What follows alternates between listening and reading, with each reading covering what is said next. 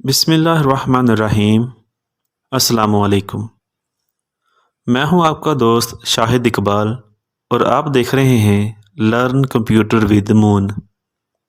आज की वीडियो में हम सीखने जा रहे हैं how to apply the sum formula in MS Excel sheet, यानी कि एमएस एक्सेल शीट में डी सम फार्मूला का इस्तेमाल कैसे करते हैं।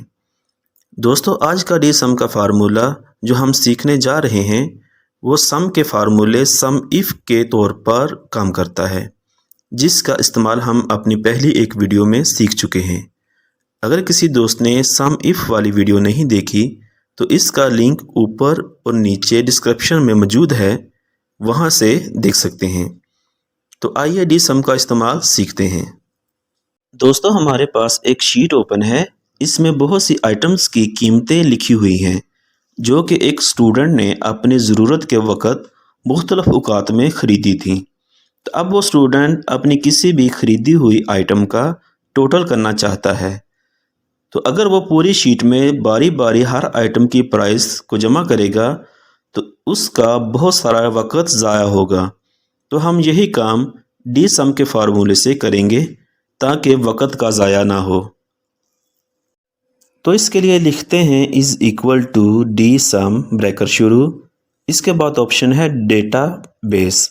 डेटा बेस के लिए हमने यहाँ से डाटा कलेक्ट करना है, उस शीट को सिलेक्ट कर लेंगे, फिर कोमा और इसके बाद है फील्ड। फील्ड का मतलब है कि हमें इस शीट में से क्या चीज़ रिक्वायर है। मतलब हमें यहाँ प्राइस चाहिए तो इस कॉलम का नंबर लिखेंगे।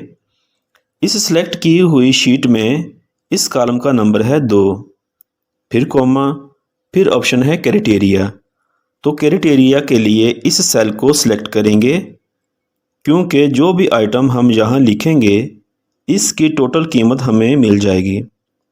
फिर ब्रैकेट बंद, इंटर प्रेस किया तो हमें यहाँ कुछ अमाउंट मिल गई। ये अमाउंट कैसे आई, आइए देखते हैं। हमने क्राइटेरिया वाले सेल में किसी भी आइटम का नाम नहीं लिखा था, तो हमें इस शीट में मौजूद तमाम आइटम की टोटल कीमत मिल गई। जैसा कि आप देख रहे हैं कि इनकी टोटल कीमत 10,010 रुपये बनती है। तो इधर भी 10,010 रुपये ही शो हुआ है। अब इधर किसी भी आइटम का नाम लिखते हैं बुक्स। इंटर प्रेस किया तो इस शीट में मौजूद तमाम बुक्स की प्राइस का टोटल 7,200 रुपये आ गया। अब अगर हम शीट में देखें तो बुक्स की एक आइटम, 2 आइटम, आइटम नंबर 3, 4 और 5, इनका टोटल अगर देखें तो वो भी 7,200 ही बनता है। अब क्राइटेरिया वाले सेल में मतलब परचेज आइटम वाले सेल में जो भी आइटम लिखेंगे तो इस फार्मूले के ज़रिए हमें इस शीट में मौजूद उस आइटम का टोटल मिलता रहेगा। और यही काम सम इफ़ का फार्मूला करता है।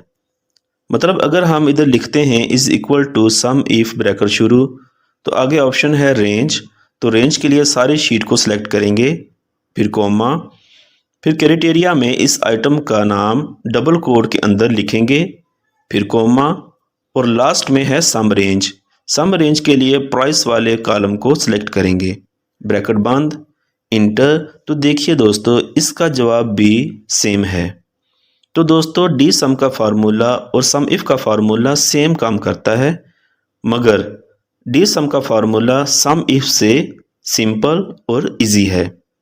तो दोस्तों, उम्मीद करता हूं कि आपको अच्छी तरह से समझ आ गई होगी।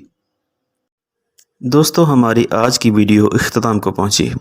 वीडियो अच्छी लगी हो तो लाइक करें और कंप्यूटर ट्रेनिंग के मतलब मज़ीद वीडियो देखने के लिए और हमारे साथ जुड़े रहने के लिए हमारे चैनल को सब्सक्राइब करें और बेल आइकन को भी प्रेस कर दें ताकि हमारी हर आने वाली नई वीडियो का नोटिफिकेशन आपको मिल सके।